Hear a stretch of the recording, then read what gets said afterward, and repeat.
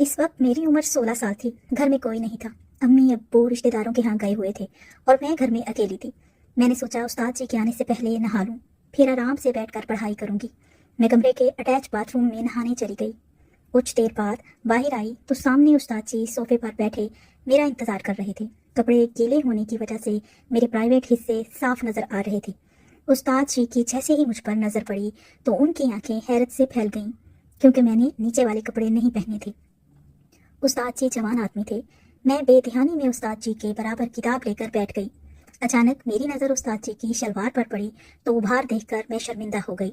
मेरे जहन में एक शैतानी ख्याल आया कि अगर थोड़ी सी मेहनत की जाए तो बात बन सकती है। मैंने जानबूझकर अपनी किताब नीचे गिरा दी और जानबूझकर नीचे झुककर किताब पकड़ने लगी। उस्ताद जी की नजरें मेरे सीने पर ऐसे जमी थीं जैसे कोई भूखा इंसान खाने वाली चीज को देखता है। मैं उठकर दोबारा सीधी होकर सोफे पर बैठ गई। आज तो वैसे भी पूरा घर खाली पड़ा हुआ था और किसी को शक भी नहीं होना था। आखिरकार मैंने थोड़ी सी हिम्मत की और उस्ताद जी का हाथ पकड़कर अपने सीने पर रख लिया। उस्ताद जी शायद पहले से ही इस बात के इंतजार में थे कि मैं कब इनकी दावत दूं और कब वो कमवारी लड़की का मजा चखें। इससे पहले कि उस्ताद जी आखिरी हद पार करते, मैंने एक शर्त रखी। मेरी शर्त सुनते ही उस्ताद जी ने हामी भरकर कहा कि मुझे तुम्हारी हर शर्त मंजूर है। जैसे उस्ताद जी ने हामी भरी तो मैंने सोफे पर ही इनके साथ। मेरा नाम नौरीन है। मेरी माँ को मेरा अकेडमी जाना पसंद नहीं था, क्योंकि वो अमीर और मॉडर्न थी और वो चाहती थी कि इसकी बेटी सबसे अलग रहे। इसलिए उन्होंने मेरे लिए एक उस्ताद का इंतजाम किया जो घर आकर मुझे पढ़ाता था। वो उस्ताद मुझे पढ़ाने की भारी फीसें ले रहा था। मेरी माँ फख्र से कहती कि इसने अपनी बेटी के लिए काबिल टीचर का इंतजाम किया है जो बहुत ज्यादा फीस लेता है और इसकी बेटी को बहुत बेहतरीन पढ़ाता है। वैसे तो वो टीचर ठीक था, मगर मुझे अच्छा नहीं लगता था, शायद इसलिए कि मैं अभी तक इस बात को कबूल नहीं कर पाई थी कि मैं अपनी बाकी दोस्तों की तरह अकेडमी में जाकर नहीं पढ़ सकती थी, बल्कि मुझे घर पर रहकर इस उस्ताद से पढ़ना था। शुरू में मुझे वो उस्ताद बिल्कुल अच्छा नहीं लगता था और ना ही मुझे उसके पढ़ाने का अंदाज पसंद आया था। मगर जब मैंने अपनी माँ से ये बात की तो उन्होंने मुझे झिड़क दिया और कहा कि मैं ये बहाने बंद करूं और अपनी तालीम का मयार बेहतर बनाऊं और ये भूल जाऊं कि मैं अपनी और दोस्तों की तरह अकेडमी जा सकती हूँ। और भी बहुत सारी हदायत मुझे दी गई। तब मैं चुप हो गई और अपनी पढ़ाई में दिल लगाने लगी। दिल में मैं बहुत उदास थी और अपने दोस्तों के साथ पढ़ना चाहती थी, जबकि मेरी सारी दोस्तें और बाकी के क्लास फेलोज मुझ पर रश करते कि मैं इतनी अमीर हूँ कि मुझे घर पर इतना अच्छा उस्ताद पढ़ाने आता है। इनकी बातें सुनकर मैं भी नखरे में आने लगी और तब मैं अपना सारा अफसोस भुलाकर अपने उस्ताद से बहुत अच्छे से पढ़ने लगी। और जब मैंने दिल से इस उस्ताद को कबूल किया तो मुझे मालूम हुआ कि वो वाकई एक काबिल उस्ताद है और मुझे बहुत मेहनत से पढ़ाता है। और उसकी मेहनत की वजह से मैंने बहुत कम दिनों में अपनी पढ़ाई बेहतर कर ली और अब क्लास में हर सब्जेक्ट में टॉप पर आ गई थी, जिस वजह से क्लास और स्कूल में मेरी खूब वाह वाह होती, जो सुनकर मुझे बहुत अच्छा लगता था। इन तारीफों की वजह से मैं आसमानों में उड़ने लगी थी और तब मैंने अपने उस्ताद को भी दिल से कबूल कर लिया था और इनसे बहुत फ्री हो गई और दिल लगाकर इनसे पढ़ती थी और अपनी हर बात शेयर करती ताकि पढ़ाई में मजीद बेहतर हो जाऊं।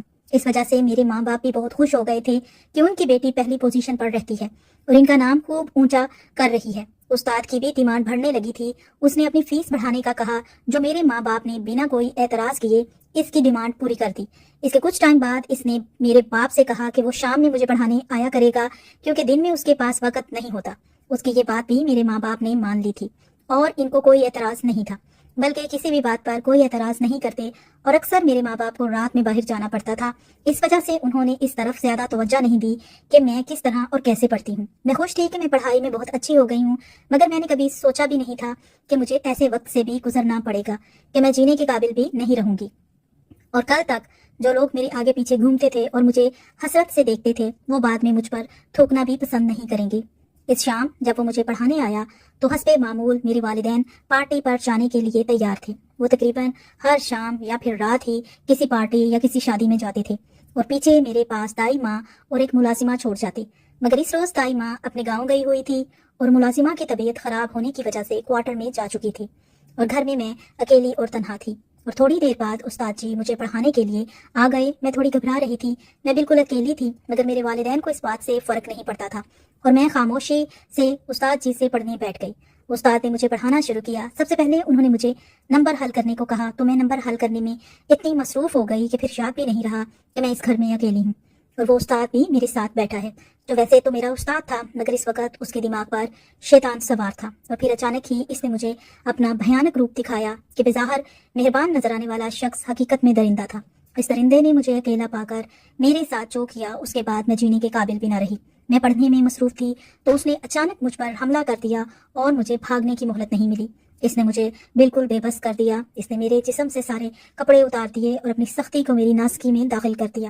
درد اور تکلیف کی وجہ سے میری آنکھوں سے آنسو نکل رہے تھے، مگر وہ انسان نہیں، درندہ تھا۔ اس نے مجھ پر بالکل ترس نہیں کھایا اور مجھے اذیتوں کے سمندر میں دھکیل دیا۔ میں بے بس چڑیا کی طرح بس پٹ پڑا کر رہ گئی تھی۔ وہ 2 گھنٹے میری زندگی کے سب سے اذیت ناک تھے۔ اس جنگلی جانور نے مجھے پوری طرح ہلا کر رکھ دیا تھا۔ میں تکلیف کی شدت سے بے ہوش ہو گئی تھی، مگر اس درندے نے مجھ پر پھر بھی ترس نہیں کھایا۔ جب وہ ہوش میں آیا تو میری حالت بہت بری تھی اور میں مرنے والی ہو رہی تھی، جس پر وہ گھبرا گیا اور مجھے اس حالت میں چھوڑ کر وہاں سے بھاگ گیا۔ میں بالکل بے ہوش ہو چکی تھی اور مجھے نہیں معلوم تھا کہ پھر کیا ہوا اور کیا نہیں۔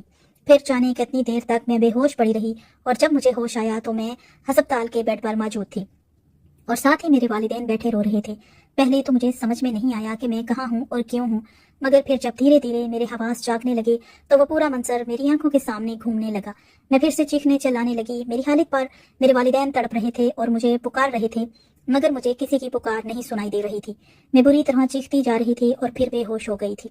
میری حالت پر میرے والدین دکھ اور پچھتاوے میں جلنے لگے تھے۔ پھر تقریباً 14 دن بعد میں جب سنبھلی تو میرے ماں باپ مجھے گھر لے آئے۔